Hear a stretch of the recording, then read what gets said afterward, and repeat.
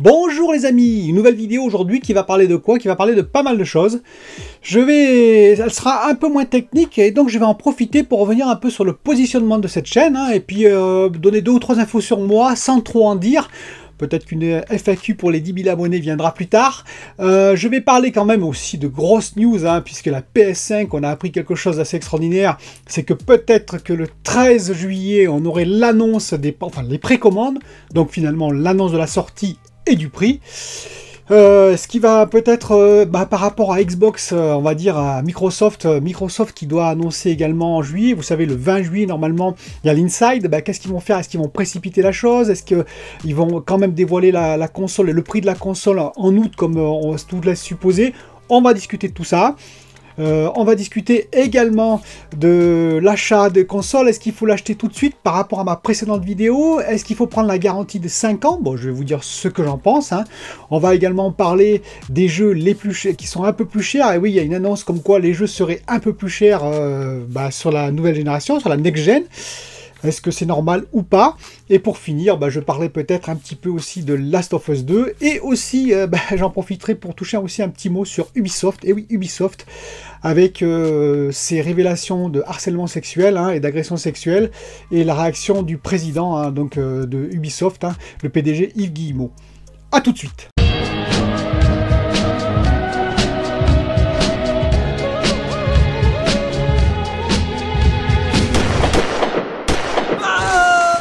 Alors déjà, je vais remercier tous les abonnés, les nouveaux, les anciens, de me soutenir, ça me fait extrêmement plaisir. Je souhaite la bienvenue aux nouveaux abonnés sur cette chaîne. Donc je vais donner un peu mon positionnement parce que j'ai fait 2 vidéos très techniques, on va dire, enfin très techniques, genre rien, techniques, on va dire, les 2 vidéos précédentes. Et je voulais dire que ça me prend pas mal de travail, comme vous le savez, et donc je vais aussi quand même intercaler des vidéos un peu plus souples, un peu moins techniques, un peu moins difficiles aussi à monter de temps en temps. Donc voilà, je tenais à le dire, ce ne sera pas tout à fait comme JA, comme la chaîne de JA. Et d'ailleurs, je voulais me positionner par rapport à certaines chaînes, c'est-à-dire qu'effectivement, cette chaîne, vous aurez des vidéos techniques comme JA, donc elle le fait sur sa chaîne, elle est vraiment spécialisée, on va dire, là-dedans, dans des vidéos très techniques. Vous aurez aussi, on va dire, des prises de position par rapport au monde du jeu, par rapport à ce qui se passe, comme le fait par exemple Lusty sur sa chaîne, il dénonce beaucoup de choses Lusty, et je vais faire comme aussi Julien Chaise, Julien qui fait de l'actualité du jeu, voilà, essentiellement il est beaucoup dans l'actualité. Bien entendu, je ne serai pas aussi spécialisé que ces trois-là, ce n'est pas de la fausse modestie de ma part, c'est une réalité, chacun dans leur domaine sont très spécialisés, et on va dire sont très en avance, JR, vous la connaissez, elle est très technique, elle est très pointue dans ses vidéos, Lusty il aborde beaucoup de sujets, de sujets sociétal, on va dire, autour du jeu bien entendu, mais voilà, il aborde beaucoup de sujets là-dessus. Et puis Julien Chaise, vous le connaissez aussi, il est dans l'actualité depuis plus de 25 ans dans le jeu, il connaît des tas de gens, donc effectivement, pour tout ce qui est news, il est bien plus en avance que je ne le serai jamais. Mais voilà, moi j'aime bien me positionner autour de ça, graviter autour de ça, vous donner des infos, donner un peu mon sentiment sur certains sujets, sur le monde du jeu, sur certains sujets sociétals autour du jeu uniquement, je le précise, et puis bien sûr faire des vidéos techniques. Voilà, c'était un peu de précision. Donc, est-ce que on m'a demandé aussi, je travaillais dans le monde électronique? Oui, comme je l'ai dit dans ma dernière vidéo au début, oui, je suis dans la microélectronique, vous vous en doutiez un petit peu, depuis bientôt 30 ans. J'ai été donc dans la testabilité des circuits, j'ai fait aussi de la qualification en R&D, et plus récemment, enfin depuis pas mal d'années, je suis data scientist. Voilà, donc je fais plus on va dire, du soft, mais voilà, je connais un peu le domaine. Je suis pas le plus grand des spécialistes, par exemple en process, c'est faux, je connais un peu le process, mais il y a bien meilleur que moi sur le sujet, même en testabilité et même en data scientist d'ailleurs. Disons que comme cette vidéo, je touche un peu à tout. Voilà, j'en dirai un peu plus sur moi peut-être dans le futur, voilà, mais en tout cas dans une FAQ comme je vous l'ai dit, mais voilà, ça vous donne un peu une ordre d'idée. Mais revenons maintenant sur des sujets d'actualité. Oui, le premier sujet, le plus gros sujet, c'est la PS5 le 13 juillet. Apparemment, ils annonceraient le prix pour faire des précommandes, donc la date de sortie aussi. C'est une grosse news, ça va plus loin que ça, c'est une news qui va plus loin que ça parce que ça coupe une fois de plus, entre guillemets, je précise, que les fans de Xbox ne me sautent pas dessus, mais ça coupe un peu l'herbe sous le pied, évidemment, de Xbox. En tout cas, c'est fait pour. C'est un petit peu comme vous savez la dématérialisée qui est sortie. Là, c'est juste avant l'Inside, bizarrement une semaine avant, 7 jours avant. Hop, on annonce ça, et vous pourrez commander la PlayStation, la PS5 dématérialisée ou non dématérialisée, vous aurez le prix et vous aurez la date. Juste une semaine avant le Inside de Xbox. c'est un petit coup bas, quoi, entre guillemets, voilà, hein, de la part de PlayStation qui attaque à nouveau. Puisqu'ils vont dire, bah, pourquoi attendre, hein, pourquoi attendre la Xbox Series X et la Xbox Series S? Vous avez tout de suite la possibilité de précommander la PS5. Donc, on verra le prix, on verra la date de sortie, on verra si c'est vrai. Je pense que ça peut être vrai, je vais vous expliquer pourquoi. Parce que tout simplement, depuis longtemps, je l'ai dit dans mes précédentes vidéos là-dessus, ben, ils ne pourront pas baisser beaucoup plus le prix que ce qu'ils vont faire, c'est-à-dire, je le maintiens, 499 € et 399 €, ce qui veut dire que ben, si on ne peut pas baisser plus bas le prix que ça pour PlayStation, à quoi bon attendre que Xbox Series X annonce par exemple le même prix, voire une S à 299 €. Vous voyez ce que je veux dire? Ça ne sert à rien d'attendre, ils ne pourront pas baisser plus les prix que ça. Donc du coup, puisqu'ils ne peuvent pas baisser plus les prix que ça, à quoi bon attendre? On les annonce tout de suite, comme ça, ça entre guillemets coupe un peu l'herbe sous les pieds de Xbox et de son Inside que tout le monde attend pour le 20 juillet. On verra la réaction de Xbox qui va s'adapter, hein, de Microsoft qui va s'adapter, bien sûr. Phil Spencer, il va adapter son discours en fonction d'eux. Et puis aussi, est-ce qu'ils vont attendre août? Parce qu'il y a une autre rumeur qui dit, eux, finalement, ils vont présenter des jeux, ils vont peut-être présenter la S, mais sûrement pas les prix. Les prix seront plutôt définis en août, c'est-à-dire en août, ils vont sortir les prix et la date de sortie. Peut-être que ça va accélérer les choses, voilà, parce que ça sert à rien non plus d'attendre août. Août, vous savez, c'est un mois creux quand même, hein, donc on est tous en vacances, voilà. Bon, après, ceci dit, on sera tous à suivre le prix, quel que soit l'endroit où je serai. Moi, je regarderai quand même, vous inquiétez pas, le prix de la Xbox Series X, même si c'est en août, hein. Mais bon, ceci dit, voilà, c'est quand même un mois un peu plus creux. Est-ce qu'il vaut mieux pas tout de suite dégainer ses armes juste après Sony? Moi, c'est ce que je ferai. On verra ce que vont faire Phil Spencer et Microsoft le 20 juillet. Alors, j'ai eu des questions vis-à-vis de ma précédente vidéo sur la fiabilité, hein. Est-ce qu'il faut acheter les consoles tout de suite? Puisque moi j'ai dit, ok, normalement, hein, sauf des défauts de jeunesse, oui, bien entendu, défauts de design par exemple, il ne devrait pas y avoir de problème sur la PS5, sur la Xbox Series X, S, et d'autant plus sur les RTX 3070, 80, 90, et j'en passe. Bon, après, ça dépend. Ça dépend si vous êtes gros geek comme moi, et que vous attendez ça avec impatience, et que vous avez les moyens quand même, hein, c'est un minimum parce que ça ne s'est pas donné, oui, moi je vais l'acheter quasiment tout de suite. Maintenant, si vous n'êtes pas pressé, parce qu'après tout, c'est vrai que les nouveautés, les grosses nouveautés sur PS5 et même sur Xbox Series X, les exclus, hein, qui ne sont pas sur la Xbox One, je suis pas sûr qu'il y en ait beaucoup, voire même pas du tout quasiment à la sortie de ces deux consoles.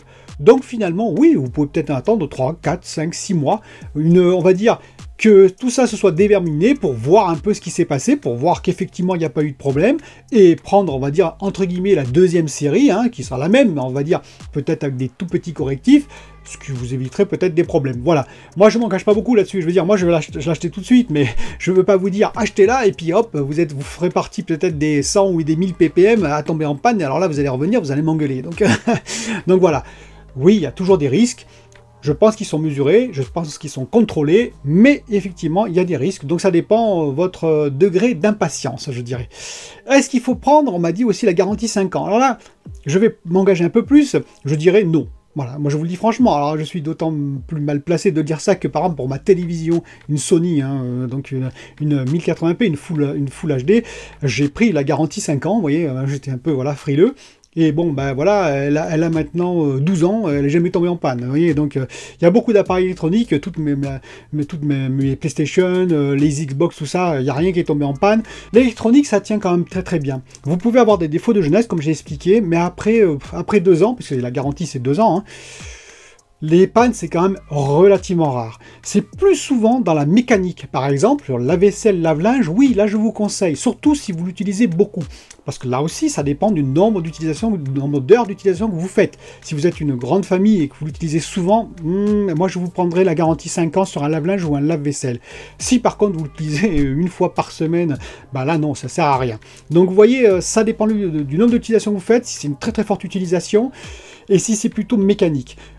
Si vous prenez par exemple une PS5 digitale, entre guillemets, c'est-à-dire sans Blu-ray, il n'y a pas de mécanique à l'intérieur. Et non, zéro mécanique, il n'y a même pas de disque dur maintenant, puisque c'est le SSD. Donc pour moi, vous savez, elle ne tombera pas en panne. Voilà, je vous le dis franchement, hein, le taux de ppm sera peut-être un peu plus fort au début, comme je vous l'ai expliqué, défaut de jeunesse.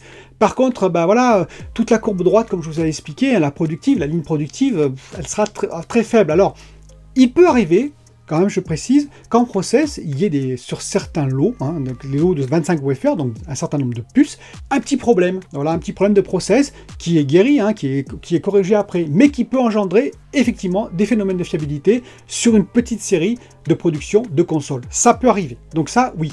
Mais bon, généralement, dans l'ensemble, c'est quand même bien contrôlé, donc la garantie 5 ans, moi, c'est 70-80 €, on va dire, hein, pour une console à 500 €. Ça ferait du 15% de plus. Voilà, moi, je ne le prendrai pas, mais c'est à vous de voir. Hein. Je vous laisse parfaitement libre là-dessus. On va parler aussi, eh ben oui, les jeux les plus chers. Oui, parce qu'ils ont annoncé que les jeux allaient augmenter. Et oui, sur la next gen, eh ben bien sûr, oui, ça, j'avais déjà fait une vidéo là-dessus. Hein, parce qu'on est tendu par les... ça avait fait réagir. Alors je vais être mesuré là-dessus, je vais essayer de prendre du recul. Je dirais que ça dépend des jeux, quoi. Il y a des jeux, moi je dirais c'est mérité. Cyberpunk, 8 ans de développement, vous vous dites ça quand même, ça coûte très très cher, 700 développeurs. Bon, c'est des projects, voilà, c'est quand même mérité. À condition, et c'est là où j'ai un point particulier, que ça revienne aux employés et non que ça revienne aux actionnaires. Et oui, c'est ça le problème, c'est que c'est des projects, hein, comme Ubisoft, ils sont sous actionnariat. Et à partir de là, on ne sait pas trop qu'est-ce qui va vers les actionnaires et qu'est-ce qui reste pour les employés en particulier. Si ça va vers les employés, moi ça ne me gêne absolument pas, je vous le dis franchement, pour un jeu comme ça, de payer 10 € de plus. Voilà, je vous le dis, c'est un très gros jeu. Ma foi, bon oui, voilà, vous grincez peut-être un peu des dents, mais non, ça ne me gêne pas. D'autant plus que, je le précise, on peut attendre, et au bout de quelques mois, le jeu il est déjà à 35% de moins, tranquillement, et puis vous-même, vous pouvez le trouver d'occasion. Peut-être pas en digital, et encore, hein, c'est peut-être possible, mais voilà. Tout ça pour dire, non, ça ne me gêne pas si c'est un jeu voilà, qui est méritant, qui est un beau jeu, un jeu qui a demandé du travail, et si cet argent revient en partie, on va dire, à l'investissement pour faire à nouveau des jeux de la même qualité, voire supérieure. Si c'est pour payer des actionnaires, non, ça ne m'intéresse pas. Si c'est pour payer, on va dire, le haut du panier des entreprises, Microsoft, Sony et j'en passe, ça ne m'intéresse pas non plus. Voilà, donc il y a différents, ou alors aussi les éditeurs, hein, parce que j'oublie un petit peu les éditeurs dans le circuit, mais voilà, ils se servent aussi. Hein. Donc voilà, non, donc vous voyez, je temporise un peu, mais c'est sûr que quand même, bon, oui, le jeu ça coûte très très cher aujourd'hui. Après, comment vous dire, Last of Us 2 par exemple, dont je vais parler à la fin, Last of Us 2, c'est quand même plus de 30 heures de jeu, largement. Ça vaut largement, on va dire, 30 heures de cinéma, ça vaut largement 30 heures d'une série. Payer 70 € pour ce jeu, mais finalement, vous savez, voilà, ça fait quelques places de cinéma, certes, je le reconnais, hein, mais bon, c'est 30 heures de jeu, quoi, où vous viviez un vrai film, vous vivez une vraie aventure, un vrai scénario, et en plus, vous êtes interactif dedans. Est-ce que ça les vaut pas finalement? Vous voyez ce que je veux dire? Le cinéma, ça coûte très cher aujourd'hui, bon, à plein tarif, hein, c'est plus de 10 € la place, quoi, bon, pour 2 heures de film. Donc à plein tarif, le jeu, 70 €, ma foi. Ça se discute, en tout cas. Dites-moi ce que vous en pensez en commentaire, comme d'habitude, hein, n'hésitez pas, ainsi que pour les autres sujets. Et donc, je vais finir sur Ubisoft, avant de parler de Last of Us 2. Hein, Ubisoft, que dire sur Ubisoft? Oui, ça me gêne un peu pour Ubisoft, parce que bon, c'est une entreprise française, hein, comme vous le savez.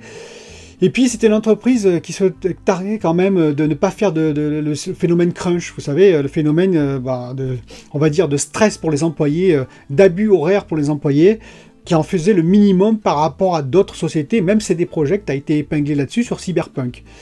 Et là on tombe sur du harcèlement sexuel et des agressions sexuelles. Bon, c'est 18 000 employés, hein, Ubisoft, hein, c'est pas la petite entreprise quand même. Hein.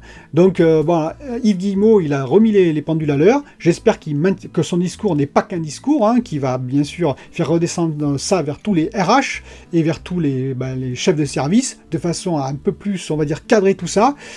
Mais bon, 18 000 employés, oui, toutes les entreprises de plus de 10 000 employés, de plus de 5 000, et puis même les petites entreprises, ça arrive aussi, oui. Ce genre d'affaires, malheureusement, ça traverse ce genre d'entreprise, hein, comme beaucoup d'autres entreprises. Le jeu, les sociétés de jeux ne sont pas exemptes, de ces problèmes-là. Elles sont comme toutes les autres entreprises, malheureusement, et il faut régler les problèmes à la source. En plus, il faut être honnête, hein, c'est quand même un milieu assez masculin, même s'il y a, c'est tant mieux, de plus en plus de femmes qui travaillent au sein du jeu, hein, en particulier du côté, on va dire, programmation aussi d'ailleurs, hein, mais artistique, etc. Mais ça reste un milieu un peu masculin, il faut un peu, voilà, hein, débroussailler tout ça, nettoyer tout ça, et puis que ce soit un peu plus clean, comme on dit. Voilà. Bon, dites-moi, n'hésitez pas à me dire aussi ce que vous en pensez, hein, mais moi je pense que pour Ubisoft, c'est un petit peu gênant en termes de publicité, hein, quelques mois de la sortie de Assassin's Creed Valhalla, voilà, ils auraient pu se passer de cette affaire, mais bon, malheureusement ça les a touchés comme beaucoup d'autres entreprises du jeu et d'ailleurs. Et pour finir, Last of Us 2, et oui, Last of Us 2, ben bon, c'est toujours aussi bien, qu'est-ce que je vous dis, l'aventure continue, c'est quand même très sombre, hein. Et j'en parlerai, alors je vais faire une vidéo spéciale Last of Us 2, qui aura sans doute peu, on va dire, peu de visionnage, mais c'est pas grave, cette chaîne n'a pas pour but de faire que du visionnage, je parle aussi de ce que j'aime. Last of Us 2, c'est un grand jeu pour moi, je vais donner de façon, on va dire, équilibrée et avec un peu de recul, ce que j'ai trouvé bien, ce que j'ai trouvé moins bien, en fait, les points positifs, les points négatifs, je donnerai une notation, et ensuite, je rentrerai dans une partie spoil, hein, comme vous verrez, pour rentrer un peu plus en détail, et avec vous, avec ceux qui ont joué en particulier. On en reparlera donc à ce moment-là, mais bon, je continue l'aventure, et j'avance assez vite maintenant, parce que j'ai vraiment hâte de partager ce jeu avec vous. Et bien voilà, cette vidéo est finie, je vous dis à bientôt pour une autre vidéo, bye bye.